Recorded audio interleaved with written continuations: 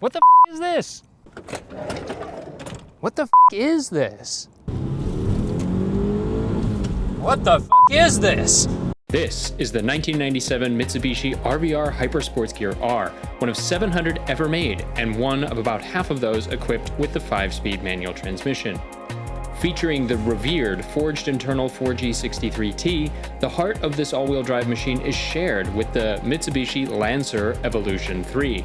And while equipped with a slightly smaller turbocharger, this 2-liter closed-deck machine pushes somewhere between 230 and 250 horsepower from the factory, making this a true wolf in sheep's clothing. True fans of the Mitsubishi podium-topping rally cars of the 90s will find absolute pleasure in the discovery of this rare variant that we never got here in the United States.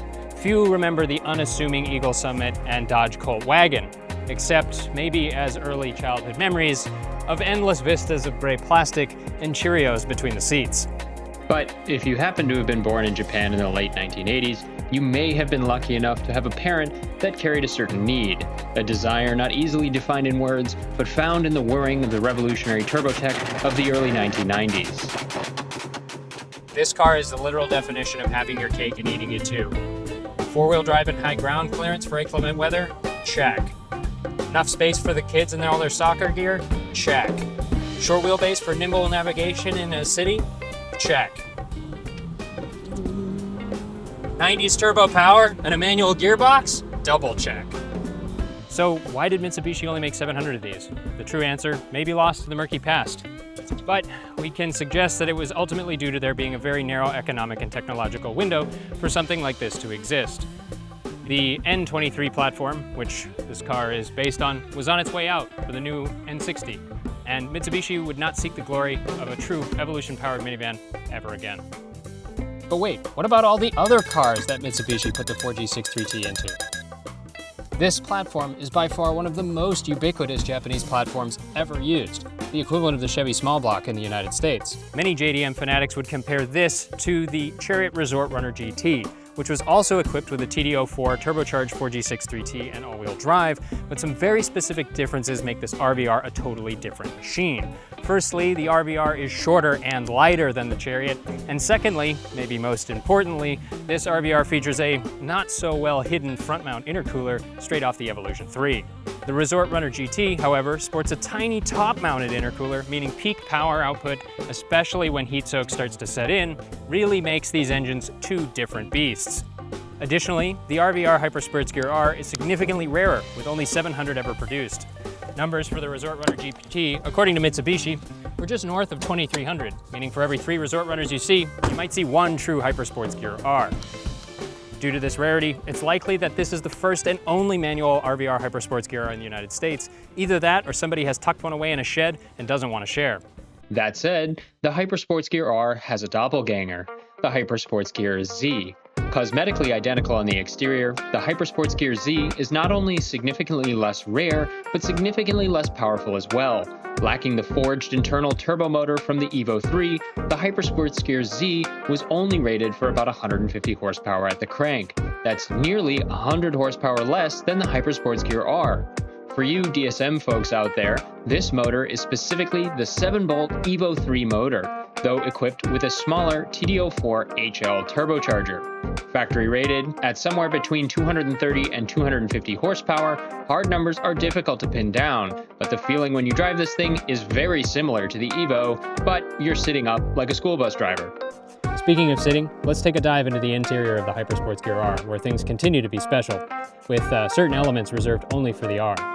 Firstly, and most importantly, these absolutely wild factory-installed and colorway-matched Recaro buckets.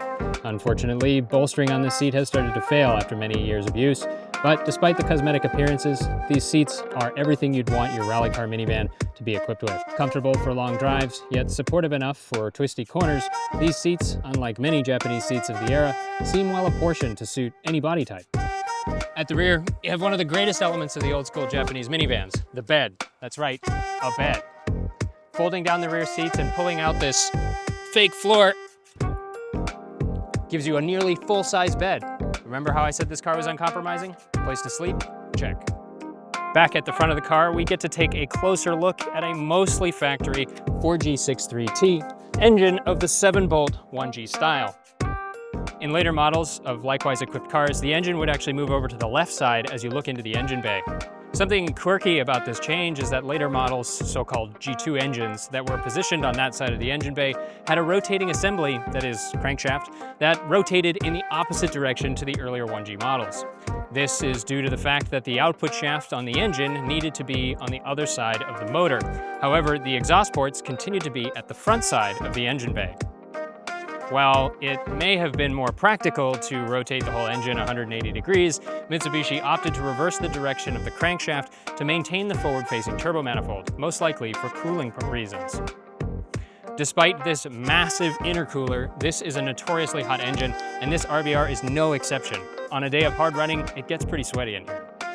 Let's focus on the intercooler for a moment. Remember earlier how I said that this was the last true Evolution-powered minivan? No future version of the 4G63T powered minivans would ever again be equipped with the Evolution-style intercooler. Sure, there were some with a similar power plant and many with smaller intercoolers, both top and front mount. But this RBR Hypersports Gear R would be the last example of anything remotely like this in size. And boy, what a difference does it make. This car isn't completely factory, however, with a previous owner in Japan opting for some updated suspension components and wheels. These very nice folk racing forged wheels have a retro rally style that suits the car very well, though my preference would of course be a set of true Evo OZs. Also, for some quality of life and longevity, an HKS turbo timer has been installed to help handle those hot engine temps after a hard run to the grocery store. This car is unlike anything I've had the pleasure of driving before. With its unusual proportions and killer combination of 90s turbo power, all-wheel drive, wild styling, and surprisingly nimble driving dynamics, the RVR Hypersports Gear R is a car I won't soon forget. And while owning the only example of a super low production vehicle is usually an intimidating prospect, the RVR is fortunately one of many, many, many different cars with the same underpinnings, giving you the chance to own something that is both entirely special and also entirely reasonable to drive every single day. As I said, no compromises, just 90s power, reliability, and practicality, all packaged under the skin of one of the most unique and rare factory cars to ever come out of Japan. If you enjoyed this and you're into the strange and weird cars of the world, consider giving this video a like and even subscribe. From the showroom floors of the Concourse to the streets of the Underground, we'll see you out there.